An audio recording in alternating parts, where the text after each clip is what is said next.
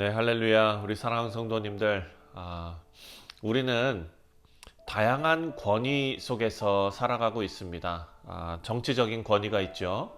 또 학문적인 권위가 있고, 또 도덕적인 권위도 있고요. 종교적인 권위도 있습니다. 그래서 우리의 삶은 여러 가지 질서와 그리고 권위에 의해서 형성되어 있다라고 생각할 수 있습니다. 하지만 사람들은 그 권위가 나 자신에게 불편하거나 혹은 위협이 될 때 쉽게 그 권위에 도전하고 또 어떤 경우는 그 권위를 무시해 버리는 경우도 있지요. 자, 예수님께서 이 땅에 오셨을 때에 사람들은 하나님의 아들로 오신 그 예수 그리스도의 권위를 인정하지 않고 끊임없이 예수님께 도전했습니다. 오늘 본문 말씀에도 그런 권위의 도전이 기록되어져 있습니다.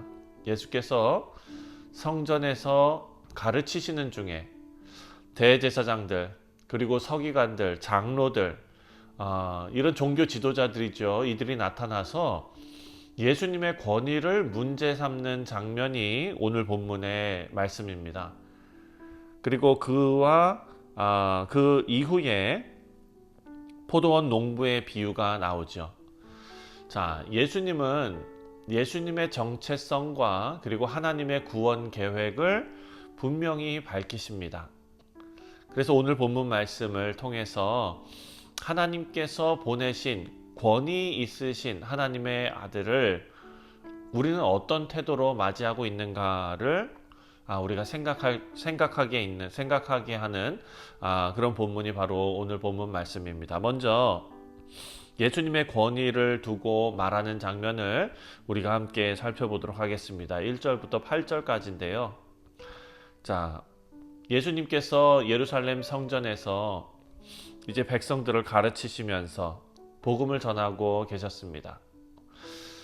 예수님의 말씀은 이런 성전이라는 공간에서도 아주 담대하게 그리고 권위 있게 선포되고 있었습니다. 그런데 그 장면을 본 종교 지도자들이죠. 이들이 예수님께 질문을 던집니다. 바로 당신이 무슨 권위로 이런 일을 하는지 이 권위를 준 이가 누구인지 우리에게 말하라. 이렇게 말합니다. 예수님의 가르침과 그리고 사실 그 바로 이전에 있었던 사건이 성전을 정결하게 하는 그 장사하는 사람들을 내쫓는 그런 일이 있지 않았습니까? 그 사건을 문제 삼으면서 예수님께서 하신 그 행위가 어느 권위에서 도대체 어디에서부터 비롯된 것인지를 지금 따져 묻는 것입니다. 자, 표면적으로는 정당한 질문처럼 보이지요. 하지만 실상은 예수님의 권위를 부정하고 예수님을 공격하려는 의도가 담겨 있는 그런 질문이었습니다. 그래서 이 종교 지도자들은 예수님이 자신의 권위를 위협한다, 자신들의 그 자리를 위협한다라고 느꼈기 때문에 예수님을 공격해서 궁지에 몰아넣으려고 그런 의도를 가지고 있었습니다.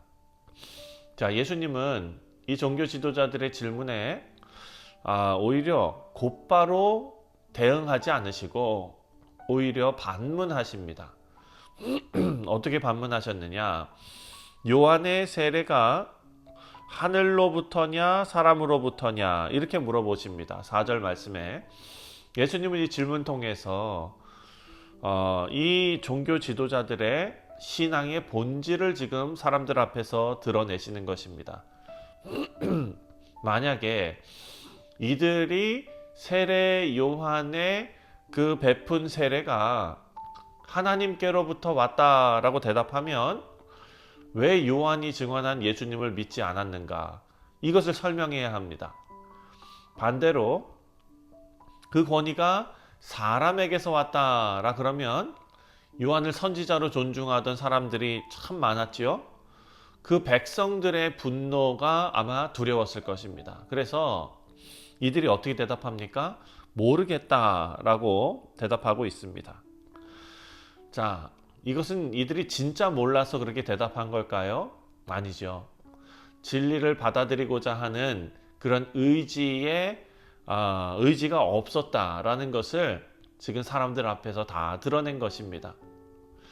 자, 예수님은 이 사람들의 불신앙 앞에서 더 이상 추궁하지 않으십니다. 더 이상 대답하지 않으시고, 이 믿음은 어떤 논리적인 정보나 뭐 이런 문제가 아니라 진리를 향한 사람의 마음의 태도에 달려 있다라는 것을 예수님께서는 아셨기 때문에 더 이상 이들 앞에 추궁을 하거나 혹은 논리적으로 강요하거나 이렇게 하지 않으셨습니다. 자, 이제 두 번째로 이어서 악한 농부의 비유가 나옵니다. 예수님께서 비유로 사람들에게 가르치시는데요. 자, 예수님은 이 권위에 대한 논쟁 이후에 이들과 백성들을 향해서 한 비유를 들려주시는데, 그것이 바로 포도원을 만들고 농부에게 세를 주어서 맡기고 그리고 먼 나라로 떠난 한 사람의 이야기를 하십니다. 자, 이 주인이 자기 포도원을 만들고 농부들에게 세를 주어서 그것을 경영하게 하고 그리고 먼 나라로 떠납니다. 그리고 이제 열매를 거둘 시기가 됐습니다. 추수할 때가 돼서 이 주인이 종을 보내서 그 소출을 받으려고 했습니다. 하지만 농부들이 어떻게 했느냐? 그 종을, 주인으로부터 보냄을 받은 그 종을 때리고 모욕하고 내쫓았습니다. 이렇게 계속 반복하다가 세 번째 종마저 심하게 얻어맞고 내쫓는 농부들의 태도는, 이것은 반항이 아니죠. 이것은 주인 자체에 대한 거부를 지금 나타낸 것입니다. 사랑하는 성도님들, 이 비유는 이스라엘 역사 속에서 하나님께서 이스라엘 백성들에게 보내신 선지자들을 지금 상징하고 있는 것입니다. 하나님께서는 구약과 신약에 거쳐서 수많은 선지자들을 보내셨고 또 신약에는 심지어 예수 그리스도를 보내셨습니다. 그들은 하나같이 하나님의 백성들로부터 다 거절당하고 핍박을 받았습니다. 이것은 마치 주인이 보낸 종들을 이 농부들이 구타하고 내쫓은 것과 마찬가지죠. 하지만 포도원 주인은요, 포기하지 않고 마지막으로 내 사랑하는 아들, 이 주인의 아들을 보냅니다. 이 비유에서 아들은 바로 예수님을 의미하는 거겠죠. 하나님은 마지막으로 예수 그리스도, 하나님의 아들을 보내시며 그들이 이 아들을 존대하리라 하고 기대하십니다. 하지만 농부들은 오히려 그 아들을 상속자라고 여기고 그를 죽이려고 합니다. 결국 아들을 포도원 밖으로 내쫓아서 죽이고 그 유산을 자신들의 것으로 만들려고 음모를 꾸민 것입니다. 이것은 예수님께서 장차 십자가에 달려 죽으실 그 사건을 예언하는 그런 말씀이죠. 하나님의 마지막 선물로 이 땅에 오신 예수님. 사람들은 예수님을 거절하고 죽였지만 예수님이 이렇게 말씀하십니다. 포도원의 주인이 이 사람들을 어떻게 하겠느냐? 와서 그 농부들을 진멸하고 포도원을 다른 사람한테 줄 것이다. 예수님이 이렇게 말씀하세요. 자, 이 말씀은 그냥 경고의 말씀으로 끝날 것이 아닙니다. 실제로 예루살렘이 멸망당했고요. 또 이방인에게로 복음이 확장될 것을 예수님께서는 미리 아시고 이것을 비유로 말씀하시게 된 것입니다. 이제 17절과 18절 말씀을 보면은요, 버림받은 돌이 머릿돌이 되었다라는 말씀을 하시는데, 이것은 시편 118편의 말씀을 인용하신 것입니다. 건축자들의 버린 돌이 모퉁이의 머릿돌이 되었다. 자, 사람들은 예수님을 쓸모없다고 여기고 버렸습니다. 하지만 하나님은 그 버려진 돌을 하나님의 집을 세우는 머릿돌로 삼으셨다라는 것입니다. 여러분, 머릿돌이 왜 중요합니까? 이 머릿돌은 건물 전체 구조를 지탱하는 그리고 그 건물의 방향을 결정짓는 아주 중요한 돌입니다. 그 돌이 빠지면 건물은 무너질 수밖에 없습니다. 예수님은 이처럼 하나님의 구원의 중심이자 기준이 되시는 분이십니다. 그리고 예수님께서는 덧붙여 말씀하시는데요. 자, 그 위에 떨어지는 자는 깨어지겠고 그 위에 떨어지면 그를 가루로 만들어 흩으리라 이렇게 말씀하십니다. 18절에 무릇 이 돌 위에 떨어지는 자는 깨어지겠고 이 돌이 사람 위에 떨어지면 그를 가루로 만들어 흩으리라 하시니라. 자, 무슨 말씀입니까? 예수님을 무시하거나 거절하는 자들에게 하나님께서 심판하신다라는 말씀입니다. 예수님은 전 인류를 구원하시는 구원의 문이 되십니다. 하지만 동시에 예수님을 거절하는 자들에게는 심판의 기준이 되신다라는 말씀입니다. 우리 사랑하는 성도님들, 오늘 본문 말씀은 예수님의 권위 앞에 서는 모든 사람들이 어떤 태도를 가져야 하는가에 초점을 맞추고 우리에게 말씀하고 있습니다. 오늘 예수님은 자신이 누구이신지를 비유를 통해서 밝히셨습니다.